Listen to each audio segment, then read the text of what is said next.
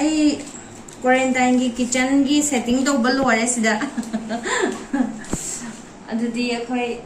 ꯀꯩ ꯊꯣꯡꯉꯒ ꯆꯥꯔꯛꯑꯒꯦ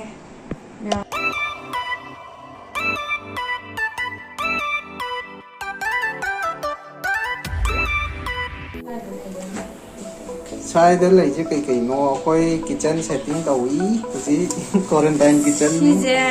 ꯀꯩꯅꯣ ꯈꯥꯖꯤꯡ ꯑꯀꯪꯕ ꯑꯩꯅ ꯌꯨꯝꯗꯩ ꯄꯨꯔꯛꯄꯅꯦ ꯈꯥꯖꯤꯡ ꯑꯀꯪꯕ ꯑꯗꯨꯒ ꯉꯥꯁꯦ ꯀꯧꯇꯥꯗ ꯍꯥꯞꯇ꯭ꯔꯤꯅꯤ ꯉꯥ ꯑꯌꯥꯏꯕꯗꯨ ꯁꯤꯗ ꯃꯨꯀꯥ ꯉꯥ ꯑꯌꯥꯏꯕ ꯑꯁꯤꯗꯤ ꯌꯨꯝꯗꯩ ꯄꯨꯔꯛꯄ ꯉꯥꯛꯇꯅꯦ ꯁꯤꯁꯤꯅ ꯌꯣꯡꯆꯥꯛ ꯑꯩꯅ ꯀꯪꯍꯟꯕꯅꯦ ꯁꯤꯁꯦ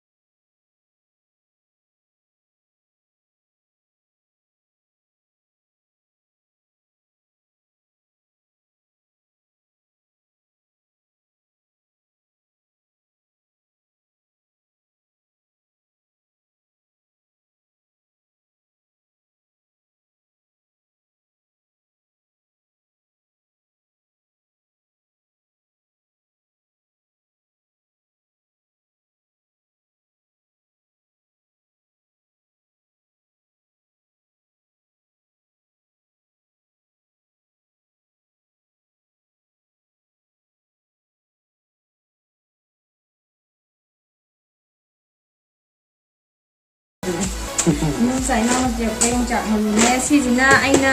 ꯁꯤꯡꯖꯨ ꯆꯥꯅꯕꯅ ꯀꯪꯍꯟꯕ ꯆꯥꯊꯣꯛꯄꯗ ꯂꯣꯏꯁꯜꯂꯛꯑꯦ ꯁꯤ ꯌꯣꯡꯆꯥꯛ ꯁꯤꯡꯖꯨꯒꯤ ꯌꯣꯡꯆꯥꯛ ꯑꯀꯪꯕ ꯑꯀꯨꯞꯄ ꯆꯥꯏꯅꯥꯎꯅ ꯄꯤꯔꯛꯄ ꯌꯣꯡꯆꯥꯛ ꯃꯔꯨ ꯁꯤꯁꯤꯅ ꯂꯣꯛꯂꯩ ꯑꯀꯪꯕ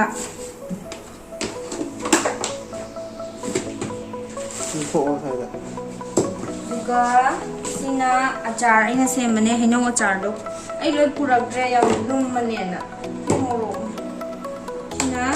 ꯌꯦꯟ ꯑꯆꯥꯔ ꯁꯤꯅ ꯉꯥꯔꯤ ꯑꯩꯈꯣꯏ ꯃꯩꯇꯩꯒꯤꯗꯤ ꯉꯥꯔꯤꯁꯤ ꯌꯥꯎꯗꯕ ꯌꯥꯗꯦ ꯉꯥꯔꯤꯅꯤ ꯁꯤꯅ ꯎ ꯃꯣꯔꯣꯛꯁꯦ ꯃꯤꯉꯣꯟꯗꯁꯨ ꯈꯔ ꯄꯤꯈ꯭ꯔꯦ ꯇꯥꯃꯣ ꯍꯣꯏ ꯃꯃꯥꯟꯅꯕꯗꯁꯨ ꯈꯔ ꯄꯤꯈ꯭ꯔꯦ ꯑꯣ ꯇꯨ ꯁꯤ ꯌꯦꯡꯉꯣ ꯇꯨ ꯁꯧꯒꯤ ꯑꯇꯦꯛꯄꯁꯤ ꯆꯤꯆꯦꯅ ꯄꯤꯔꯛꯄꯅꯦ ꯑꯩꯈꯣꯏ ꯆꯤꯆꯦ ꯑꯩꯈꯣꯏ ꯇꯥꯃꯣꯒꯤ ꯄꯣꯛꯃꯤꯟꯅꯕ ꯗꯗꯥꯗꯣ ꯑꯩꯈꯣꯏ ꯏꯇꯩꯗꯣ ꯃꯣꯏꯁꯨ ꯁꯤꯗ ꯂꯩꯌꯦ ꯃꯣꯏꯁꯨ ꯊꯕꯛ ꯃꯐꯝꯗ ꯑꯗꯨꯝ ꯑꯩꯈꯣꯏ ꯆꯤꯆꯦ ꯍꯣꯏꯒꯤ ꯍꯤꯡꯒꯣꯜꯗ ꯒꯥꯔꯗꯦꯟꯗ ꯀꯤꯆꯟ ꯒꯥꯔꯗꯦꯟꯗ ꯊꯥꯕ ꯀꯩꯅꯣꯅꯦ ꯁꯧꯒ꯭ꯔꯤꯅꯦ ꯑꯗꯩ ꯄꯨꯗꯤꯅꯥꯁꯨ ꯌꯥꯎꯋꯦ ꯄꯨꯗꯤꯅꯥꯁꯨ ꯅꯨꯡꯁꯤꯗꯥꯛ ꯌꯥꯎꯔꯛꯑꯦ ꯅꯨꯡꯁꯤꯗꯥꯛꯀ ꯁꯧꯒ꯭ꯔꯤꯒ ꯍꯦꯛꯑ ꯄꯤꯔꯛꯑꯦ ꯆꯤꯆꯦꯅ ꯎ ꯃꯣꯔꯣꯛꯁꯤꯅ ꯑꯩꯈꯣꯏ ꯃꯥꯅ ꯄꯤꯔꯛꯄꯅꯦ ꯌꯨꯝꯒꯤ ꯃꯥꯅ ꯍꯥꯞꯄꯛꯄꯅꯦ ꯑꯗꯨꯒ ꯑꯩ ꯉꯁꯤ ꯌꯥꯝ ꯀꯩꯅꯣ ꯇꯧꯅꯤꯡꯉꯤꯁꯦ ꯀꯤꯆꯟꯒꯤ ꯄꯣꯠ ꯆꯩ ꯈꯔ ꯂꯧꯔꯨꯏ ꯑꯗꯨꯗꯣ ꯀꯩꯅꯣ ꯇꯧꯕꯅꯦ ꯁꯤꯁꯤꯅ ꯍꯋꯥꯏꯅꯦ ꯍꯋꯥꯏꯃꯨꯛ ꯍꯥꯏꯕꯗꯣ ꯃꯩꯇꯩꯂꯣꯟꯗ ꯑꯗꯨꯒ ꯁꯤꯅ ꯀꯩꯅꯣ ꯃꯪꯒꯜ ꯁꯤꯗꯤ ꯆꯤꯅꯤ ꯑꯣꯏꯔꯝꯃꯅꯤ ꯁꯤ ꯆꯤꯅꯤꯅꯦ ꯁꯤ ꯆꯤꯅꯤꯅꯦ ꯀꯧꯇꯥ ꯑꯩꯈꯣꯏꯅ ꯁꯤ ꯀꯣꯟ ꯐꯦꯡꯅꯕ ꯀꯣꯟ ꯐꯦꯡꯅꯕꯒ ꯀꯣꯟ ꯐꯦꯡꯅꯕ ꯅꯠꯇꯦ ꯐꯤ ꯁꯨꯅꯕ ꯁꯤꯅ ꯀꯣꯟ ꯐꯦꯡꯅꯕꯁꯦ ꯊꯝꯒꯦ ꯁꯤꯗ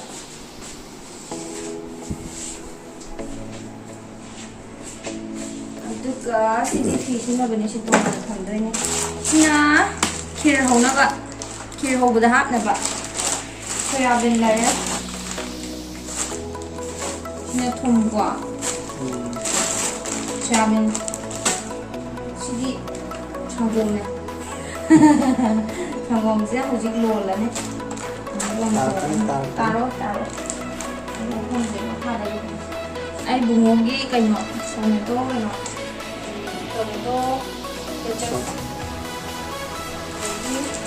suji packet ani lawre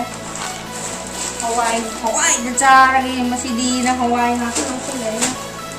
ura sina kaino how shabu sidi Mungkin. Ada kayu biak kan balai re, suka ini lupa. Oi, sekarang film betul ni. Sini nama mana benar sekarang film betul. Karena mami kayak kau Binod na. Binod na film benar. Binod bay. Binod baya. Binod baya na film benar. Ado thank you. Kayu je. Kaino sina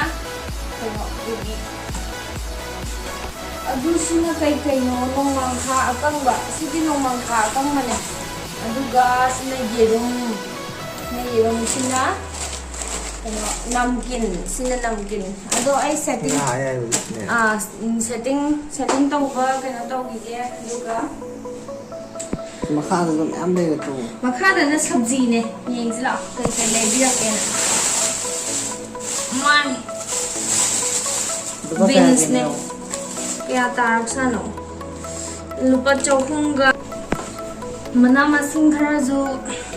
ngawre juges baina ado sijena janam ore janam tilhau adagi ajak kaino sing alu beans kaino boil tor jana ba ado bindi muro asangba adagi dhania lugay lawbire si pochai grocery ki pochai jingjidu mana lawbira kane bahut shukriya thank you